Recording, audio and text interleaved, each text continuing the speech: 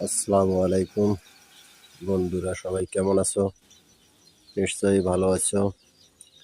তো আমি আগে একটা ভিডিওতে দেখাইছিলাম যে কিভাবে ব্রুডিং করব, তার সাধারণ একটি নমুনা আজকে তোমাদের সঙ্গে শেয়ার করতেছি।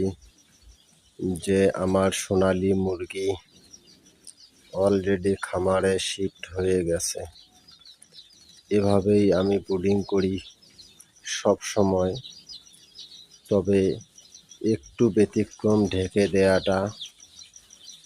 এই ঢেকে দিয়েছি এই কারণে, প্রচণ্ড শীত। যদি প্রচণ্ড শীতের কারণে ব্রুডিংয়ে কোনো সমস্যা হয়, তাহলে ভবিষ্যতে এই বাচ্চার ওয়েট নিয়ে সমস্যা হবে। তাই আমি কাপড় দিয়ে ঢেকে দিয়েছি